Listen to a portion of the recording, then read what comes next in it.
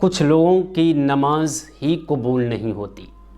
کچھ لوگوں کی اس غلطی کی وجہ سے اللہ رب العزت نماز قبول نہیں کرتا، نہ ہی ان کے قیام کو قبول کرتا ہے، نہ ہی ان کے رکوع کو قبول کرتا ہے، اور نہ ہی ان کے سجدے کو قبول کرتا ہے۔ دوستوں، آج یہ ویڈیو بہت ہی امپورٹنٹ ہونے والا ہے، بہت ہی پیارا ویڈیو ہونے والا ہے، اور بہت ہی عظیم مسئلہ ہے جو آپ تک میں شیئر کر رہا ہوں۔ اس ویڈیو کو لازمی پورا ضرور دیکھیں۔ دوستوں، آپ نے دیکھا ہوگا کہ بہت سے ہمارے نوجوان احباب، بزرگ وغیرہ امام صاحب کے پیچھے نماز پڑھنے کے لیے کھڑے ہوتے ہیں، اور امام صاحب جیسے ہی تکبیر تحریمہ کہنے کے لیے اللہ اکبر کہتے ہیں، اس سے پہلے ہی مقتدی جو پیچھے ہوتے ہیں وہ اللہ اکبر کہہ دیتے ہیں۔ یعنی امام صاحب کی تکبیر تحریمہ پوری بھی نہیں ہو پاتی، اس سے پہلے ہی مقتدی تکبیر تحریمہ پوری کر لیتے ہیں، تو اس صورت میں مقتدی جو ہے جماعت میں شامل ہی نہیں ہوئے۔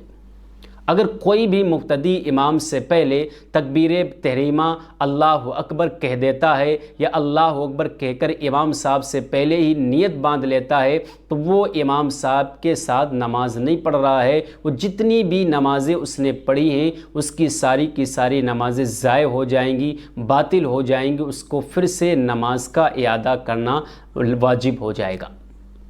اگر آپ ایسا کرتے ہوں گے تو آج سے انشاءاللہ تبارک و تعالی آپ نہیں کریں گے۔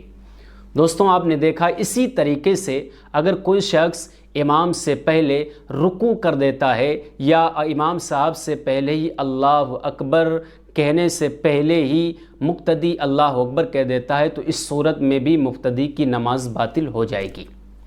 اسی طریقے سے اگر مقتدی امام صاحب سے پہلے سجدے میں جاتا ہے، اور سجدے میں امام صاحب سے پہلے ہی اللہ اکبر سجدے میں چلا جاتا ہے، تو اس صورت میں بھی مقتدی کی نماز باطل ہو جائے گی، اس کی نماز ادا ہی نہیں ہوگی، اور یہ اکثر لوگ کر رہے ہیں۔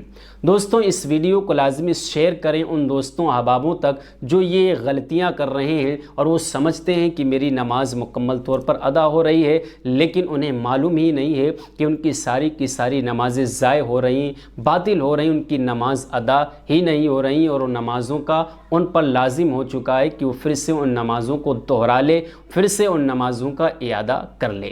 مجھے امید ہے ناظرین کرام آپ سمجھ گئے ہوں گے۔ اگر میرے سمجھانے میں کوئی کمی رہ گئی ہو تو آپ کمنٹ میں ضرور بتائیں، انشاءاللہ تبارک و تعالی نیکسٹ ویڈیو میں سمجھانے کی پوری کوشش کروں گا۔ السلام علیکم ورحمۃ اللہ وبرکاتہ۔